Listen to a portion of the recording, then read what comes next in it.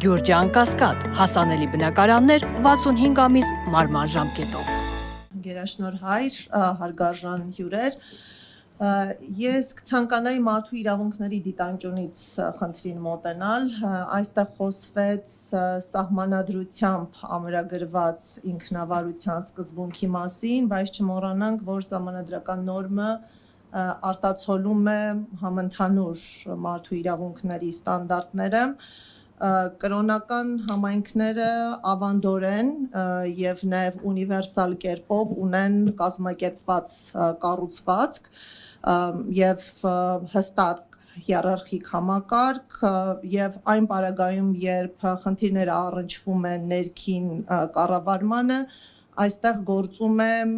կրոնական կազմակերպությունների ինքնավարությունը հարգելու սկզբունքը, ինչը նաև արտացոլված է մարդու իրավունքներում,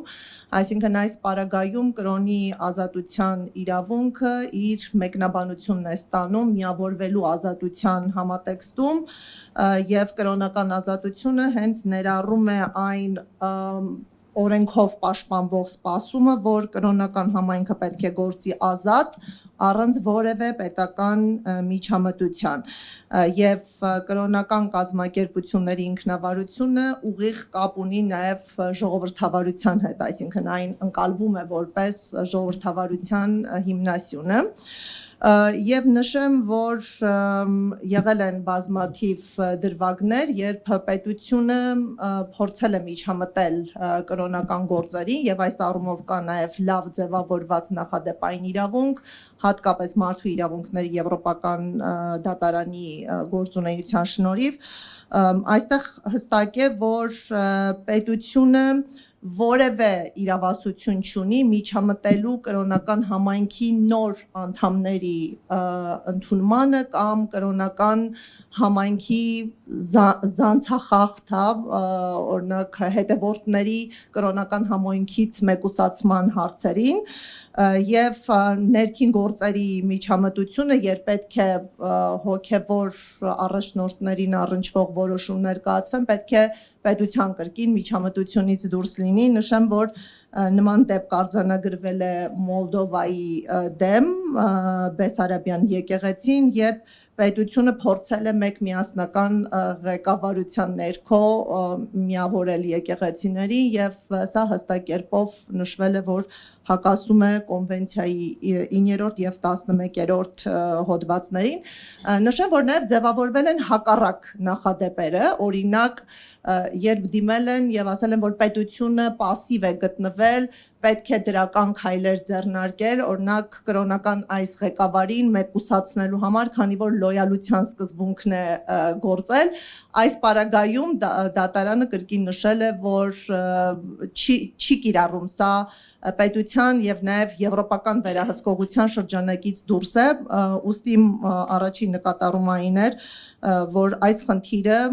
ներպետական սահմանադրական կարգավորումներից զատ ունի մարդու իրավունքների ստանդարտների ներքո կարգավորումներ և այս գործունեությունը նաև ոտնձգում է մարդու իրավունքներին, ուստի այս մեխանիզմները ևս կիրառելի կարող են լինել եկեղեցու իրավունքները պաշտպանելու հարցում։ Մյուս դիտարկումս, որ առհասարակ կրոն և եկեղեցի հարաբերությունների կարգավորման սահմանադրական տիպերը ճանաչելի են միջազգային իրավունքում և առանձնացվում են 5 տիպեր, ուժեղ աշխարհիկություն, թույլ աշխարհիկություն, պլյուրալիստական մոտեցումը, եկեղեցու հատուկ դերի ճանաչում առանց կրոնապետության ամրապնդման և կրոնապետություն։ Հայաստանի սահմանադրությունը պատմականորեն ընդունել է 4-րդը, որը աշխարհիկության տեսակ է, պարզապես այն առանձնահատկությամբ, որ ընդունվում է եկեղեցու բացառիկ դերը, այսինքն եկեղեցին առանձնանում է կրոնական մյուս կազմակերպություններից որոշակի առաքելության շնորհիվ Եվ այս մոդելը ներդրվում է ազգային ինքնության պահպանման նպատակով, այսինքն պետությունը եւ ազգը ասոցացվում են կրոնի հետ եւ առանց կրոնական ինքնության ուղղակի անհնար է հասնել ազգապահպանության։ Իմ գնահատմամբ սա եւս հստակ ցուցադրում է, որ գործողությունները ոչ միայն ուղղված են եկեղեցու դեմ, այլ ազգի ինքնության դեմ, քանի որ մենք սահմանադրորեն ընթացել ենք այն մոդելով, որ պետք է արձանագրել եկեղեցու հատուկ դերը հենց ազգապահպանման նկատառումներից ելնելով։ Եվ մենք այստեղ խնդիրներ իհարկե քննարկեցինք քրեաիրավական տեսանկյունից, բայց նշենք, որ հայտարարություններ կատարողները նաև հանրային պաշտոնյաներ են։ Հայաստանում կա ներդրված հանրային էթիկայի համակարգ, որը ցավոք սրտի չի գործում, բայց հանրային էթիկան էապես կապված է նաև կոռուպցիայի կանխարգելման հետ։ Այսինքն կոռուպցիայի կանխարգելմանը կարելի է հասնել բարեվարկության համակարգի, շահերի բախման, հայտարարագրման եւ այլնի միջոցով։ Այս դեպքում կան նաեւ մարմիններ, օրինակ կոռուպցիայի կանխարգելման հանձնաժողովը, որը էթիկայի վարույթ հարուցելու եւ հանրային պաշտոնյաների արտահայտությունները գնահատելու իրավասություն ունի։ Կարծում եմ հասարակությունը պետք է նաեւ սպասում ունենար, որ այս կառույցը հանրային էթիկայի բարեվարկության տեսանկյունից պետք է գնահատական տար այս արտահայտություններին, որտեղ դրանք չէին արվել սովորական քաղաքացու, այլ շատ կարևոր պաշտոն զբաղեցնող պաշտոնատար անձի կողմից, եւ եթե այս համակարգերը չեն գործում, հասկանալի է, որ պատասխանատվության միակ ճանապարհը դառնում եւ մնում է քաղաքականը, ինչը էապես առնչվում է արդեն մշակույթի հետ, այսինքն հասարակությունը ինչպիսի քաղաքական մշակույթի կրող կլինի, այդ չափով էլ կարձագանքի հանրային պաշտոնյաների արտահայտություններին։